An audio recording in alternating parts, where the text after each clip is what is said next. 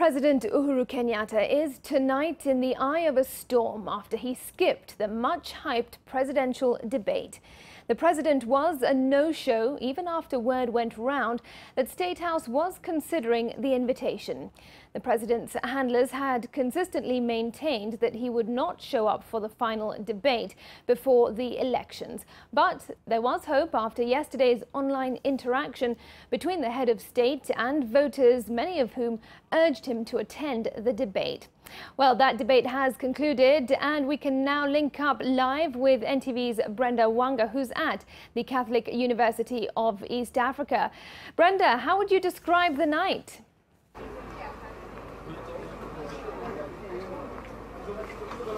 Well, Smriti, it has been a night that has seen a lot of activity here at the Catholic University of Eastern Africa. The night that saw two editions of the presidential debate taking place here, the highlight of which was a debate that was supposed to have pitted Raila Odinga against Jubilee's Uhuru Kenyatta. That debate coming short of people's expectations after President Uhuru Kenyatta failed to show up here at the Catholic University of East Africa, leaving the stage to NASA's Raila Odinga to expound on his manifestos, take questions from both the moderators and those people who attended, as well as questions that had been posed online earlier.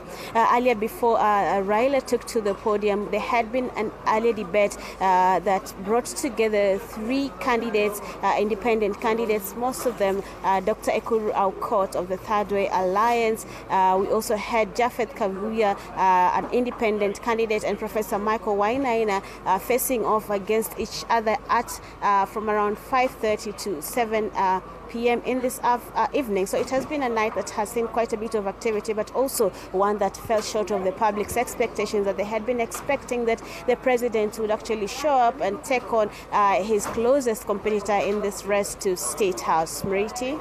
Well, Brenda, of course, lots of disappointment, particularly by Uhuru Kenyatta's supporters, that he didn't show up. A lot of speculation, though, as to why perhaps he didn't turn up. But do you have any more details, any more information as to why he actually refused to come?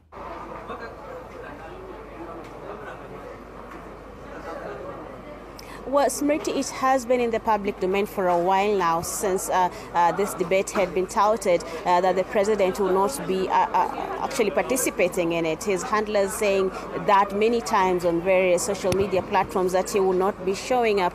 Initially, they had said that they had issues with the format of this debate, that they had not been consulted, that the organizers had gone ahead and made these plans without actually talking to them. But this, according to the organizers, this was debunked, and they said they actually made communication contact to the presidential team, and they had hoped that he would actually honor this. You will remember that yesterday the president instead took to social media and held what he called a live chat with the Kenyans in response to today's debate. But still, the organizers were quite hopeful that he would show. In fact, just hours before, just minutes before this debate started, there was still optimism that the president will be coming. The organizers were here ready to welcome him.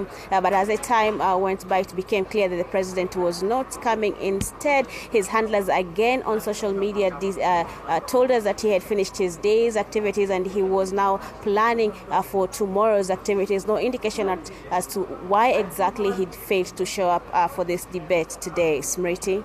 All right, Brenda, thanks very much indeed. Coming to us live from the university there, where the presidential debate concluded.